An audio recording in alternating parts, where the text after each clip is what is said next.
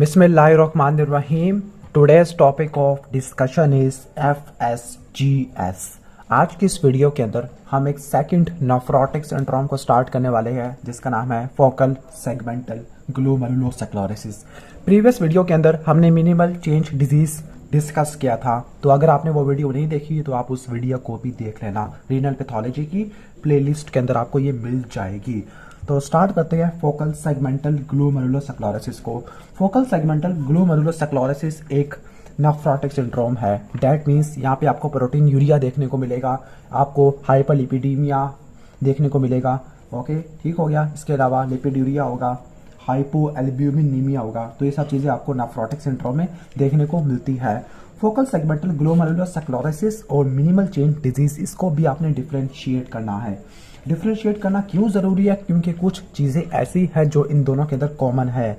Like podocyte का जो food process है उसकी इफेसमेंट होती है। तो फोकल सेगमेंटल ग्लोमेरुलोस्क्लेरोसिस एक प्राइमरी डिसऑर्डर है पोडोसाइट का। जिस तरह minimal change disease primary disorder था लेकिन वो सेकेंडरी भी था, तो ये भी सेकेंडरी हो सकता है। अब इसके नाम पे फोकस करते हैं, फोकल सेगमेंटल। दैट मीन्स के सारे नहीं बल्कि कुछ ग्लोमेरुलाई की स्क्लेरोसिस होगी। That means focal. ओके, जबकि यहां पर होगा क्या, और जो ग्लोमेरुलस अफेक्ट हो गए उनका भी कुछ ही पोर्शन इन्वॉल्व होगा। This is called segmental. That is why this is called focal segmental glomerulosclerosis. अब यहाँ पर क्या होता है, यहाँ पर नेफ्रोटिक सिंड्रोम वाली चीजें होगी, लेकिन जो प्रोटीन यूरिया नॉन नेफ्रोटिक होता है थोड़ा सा नीचे आता है।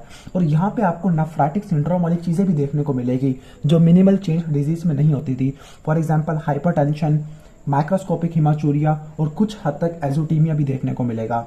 ओके, अब आपको मैंने बताया था कि मिनिमल चेंज डिजीज और इसके अलावा जो होता है हमारा फोकल सेगमेंटल ग्लोमेरुलोस्क्लेरोसिस, इन दोनों के अंदर क्या होता है कि प्राइमरी डिसऑर्डर होता है पोडोसाइट का, इफेसमेंट होती है फूड प्रोसेस की, लेकिन कुछ डिफरेंस होते हैं। क्या डिफरेंस होता है? तो क्या होगा, नंबर मैं आपको बताया था कि हिमाचूरिया, GFR का कम होना जिसकी वजह से एजोटीमिया होता है, हाइपरटेंशन, ये तीनों चीजें नेफ्राइटिक की है लेकिन ये इसमें भी होती है। Number 2, protein urea non selective है। सिलेक्टिव प्रोटीन यूरिया MCD में था जिसमें एल्ब्यूमिन इन्वॉल्व होती थी, लेकिन ये नॉन सिलेक्टिव है। नंबर 3 है मिनिमल चेंज डिजीज कॉर्टिकोस्टेरॉइड से ठीक हो जाता था लेकिन इसका पुअर रिस्पांस होगा। नंबर 4, मिनिमल चेंज डिजीज आगे प्रोग्रेस नहीं करता था लेकिन ये प्रोग्रेस करेगा to the end stage renal disease. Okay, इसके अलावा जो मिनिमल चेंज डिजीज है वो बच्चों में होता है, ये बड़ों में होता है। अब फोकल सेगमेंटल ग्लोमेरुलोस्क्लेरोसिस की दो वेरिएंट होती है, एक तो प्राइमरीली डिसऑर्डर और दूसरा इसका मॉर्फोलॉजिकल वेरिएंट है जिसको कोलैप्सिंग ग्लोमेरुलोपैथी कहती है। जिसका प्राइमरी वाला है वो इनिशियली जक्स्टा मेडुलरी ग्लोमेरुलाई को इन्वॉल्व करेगा, वो भी कुछ ही पोर्शन को, यानी कुछ ग्लोमेरुलस को इन्वॉल्व करेगा, उन ग्लोमेरुलस में भी स्पेसिफिक पार्ट को इन्वॉल्व करेगा। That is why this is called focal segmental. लेकिन इसके बाद ये पूरे कॉर्टेक्स को इन्वॉल्व करना शुरू कर देगा। तो हम इसके देख लेते हैं मेन इस वाले टाइप्स को देख लेते हैं। और आपको कहा था कि जो रीनल पैथोलॉजी में जो डिसऑर्डर होते हैं नेफ्राइटिक और नेफ्राइटिक, इनको डायग्नोस करने के लिए या मॉर्फोलॉजी में आपने 3 चीजें पढ़नी है। पहला लाइट माइक्रोस्कोपिक, दूसरा इम्यूनोफ्लोरेसेंस और तीसरा इलेक्ट्रॉन माइक्रोस्कोपिक फीचर।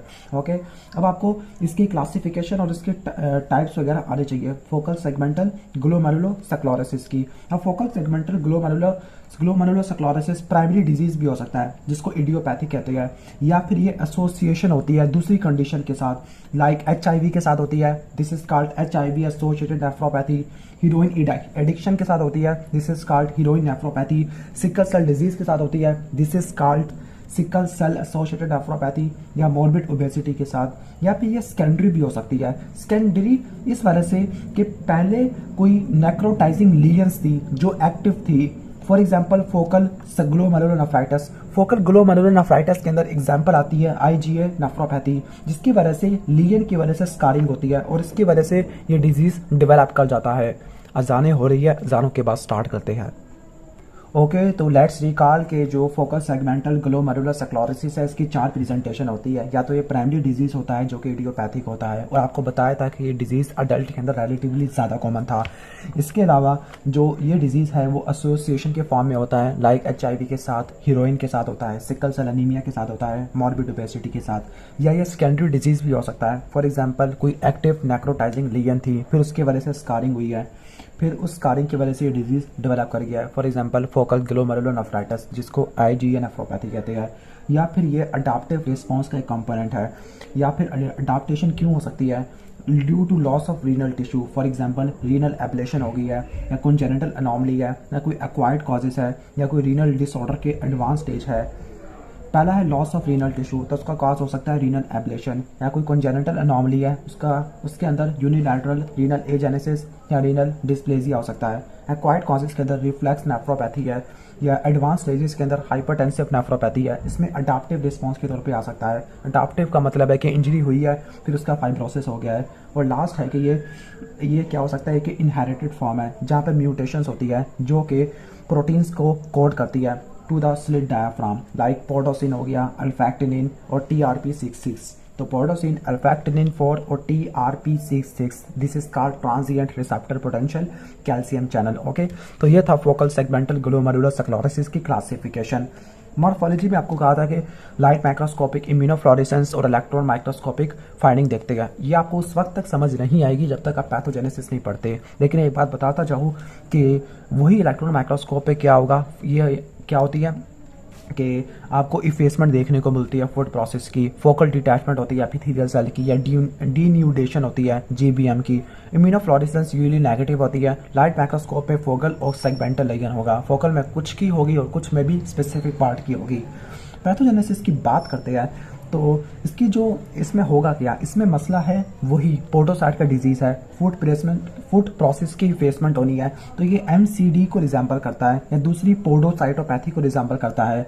अब होगा क्या, होता ये है कि इसमें पोडोसाइट को कोई ना कोई डैमेज पहुंचाएगा। बहुत सारे मैकेनिज्म कार्य कर रहे होते हैं जो कि पोडोसाइट को या एपिथेलियम को डैमेज कर देते हैं। फॉर एग्जांपल कोई सर्कुलेटिंग फैक्टर है, पीछे हमने मिनिमल चेन डिजीज पे पढ़ा था कि कोई एंजियोप्रोटीन लाइक प्रोटीन थी जो कि नुकसान पहुंचाती थी, या कोई जेनेटिकली डिटरमिन्ड डिफेक्ट है लाइक पोडोसिन, अल्फैक्टिनिन 4, TRP66 में म्यूटेशन आना शुरू हो जाती है। अब जो इसमें दो चीजें होगी, हाइलिनोसिस और सेक्लोरिसिस, यहाँ पे लिखा हुआ होगा मैंने हाइलिनोसिस और सेक्लोरिसिस। अब जो हाइलिनोसिस और सेक्लोरिसिस होता क्यों है, क्योंकि जो ग्लोमेरुलस डैमेज हो गया तो वहां पर पोडोसाइट डैमेज हो गया तो वहां पर हाइपर परमिएबल फोकाई क्रिएट हो जाएगा, जिसकी वजह से प्लाज्मा प्रोटीन इंट्रैप हो जाएगी। और जब प्लाज्मा प्रोटीन इंट्रैप हो जाएगी तो वहां पर डेपोजिशन होना शुरू हो जाएगी ECM वगैरह की, जिसकी वजह से आपको सेक्लोरिसिस या हाइलिनोसिस देखने को मिल सकता होता है। ओके, अब इसके बहुत सारे जो जेनेटिक बेसिस भी होते हैं, इनहेरिटेड फॉर्म भी होते हैं। ओके, लाइक एक जो जीन है NPHS1, ये नेफ्रिन को इनकोड करता है। नेफ्रिन स्लिट डायफ्राम का एक पार्ट होता है जो कि ग्लोमेरुलस की परमिएबिलिटी को कंट्रोल करता है। अगर इसमें म्यूटेशन आ जाएगी तो कंजेनिटल नेफ्रोटिक सिंड्रोम आ जाएगा ऑफ द फिनिश टाइप, जो कि मिनिमल चेन डिजीज जैसा काम करेगा। एक और प्रोटीन भी है NPHS2 जो कि कोड करती है किसको, पोडोसिन को। पोडोसिन भी स्लिट डायफ्राम के अंदर होती है, इसकी वजह से स्टीरॉयड रेजिस्टेंट नेफ्रोटिक सिंड्रोम आ जाएगा।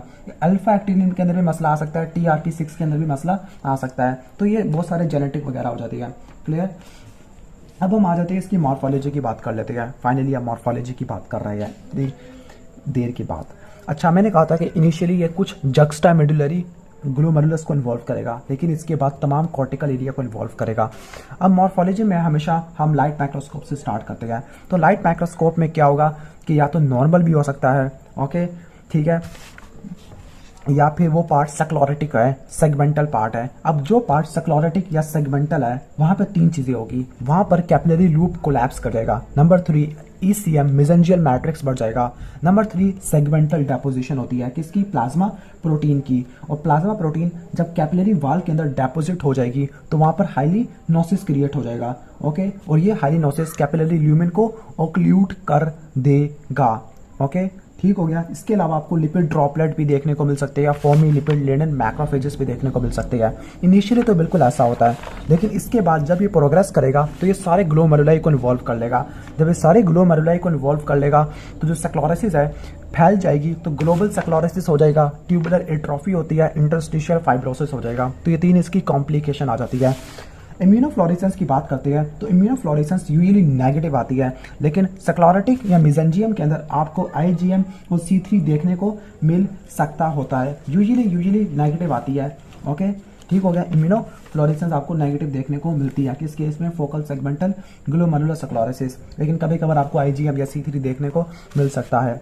इलेक्ट्रॉन माइक्रोस्कोप की बात करते हैं तो इलेक्ट्रॉन माइक्रोस्कोप में क्या होगा, फूड प्रोसेस की इफेसमेंट होती है, एपिथेलियल सेल डिटैच हो जाएगी दोनों सेगमेंट के अंदर, सक्लेरोटिक या नॉन सक्लेरोटिक, और जो जेबीएम है वो डीन्यूड हो जाएगी, ओके, नेकेड हो जाएगी। क्लियर। तो ये था फोकल सेगमेंटल ग्लोमेरुलोसक्लेरोसिस। एक है कोलैप्सिंग ग्लोमेरुलोपैथी। अब जो कोलैप्सिंग ग्लोमेरुलोपैथी है इसमें पूरा का पूरा ग्लोमेरुलर टफ्ट रिट्रैक्ट कर जाएगा, कोलैप्स कर जाएगा और आपको FSGS देखने को मिल सकता है। ये सीवियर फॉर्म होती है। ओके, ठीक हो गया। इसका जो कैरेक्टरिस्टिक फीचर है वो कैरेक्टरिस्टिक फीचर ये है कि जो पोडोसाइट है उसकी प्रोलिफरेशन होती है और हाइपरट्रॉफी होती है। आपने इसको याद रखना है। अब इसका एसोसिएशन क्या है, नॉर्मली ये इडियोपैथिक होता है, ओके, लेकिन यहाँ पर माइक्रोसिस्ट की फॉर्मेशन होती है और इंटरस्टिशियल इन्फ्लेमेशन होती है। दो चीज़ों की वजह से हो सकती है, पैमिल्ट्रोनेट की वजह से या HIV नेफ्रोपैथी की वजह से। यानी जो HIV एसोसिएटेड नेफ्रोपैथी है वो FSGS की एक वेरिएंट होती है। असल में वो कोलैप्सिंग वेरिएंट की ही टाइप होती है, उसकी सीवियर फॉर्म होती है। ओके, तो ये था कोलैप्सिंग ग्लोमेरुलोपैथी FSGS। अब FSGS को ठीक करने के लिए कॉर्टिकोस्टेरॉइड नहीं देंगे। बच्चों के अंदर फिर भी प्रोग्नोसिस ज़्यादा अच्छा होता है, एडल्ट के अंदर नहीं होता। क्रोनिक रीनल फेलियर होने के चांसेस काफ़ी ज़्यादा होते हैं। ओके, ठीक हो गया। मैसिव प्रोटीनूरिया होता है, रीनल फेलियर हो जाता है। ओके, तो ये सब चीज़ें आपको देखने को मिल सकती है। इसके रिलेटेड एक और डिजीज़ भी है जिसको बोलते हैं HIV एसोसिएटेड नेफ्रोपैथी। अब जो HIV का इन्फेक्शन है वो डायरेक्टली भी या इनडायरेक्टली भी रीनल कॉम्प्लिकेशन करवा देगा, लाइक एक्यूट रीनल फेलियर हो सकता है या एक्यूट इंटरस्टिशियल नेफ्राइटिस हो सकता है जो ड्रग्स या इन्फेक्शन से इंड्यूस हो गया, या थ्रोम्बोटिक माइक्रोएंजियोपैथी है, पोस्ट इन्फेक्शियस ग्लोमेरुलर नेफ्राइटिस है।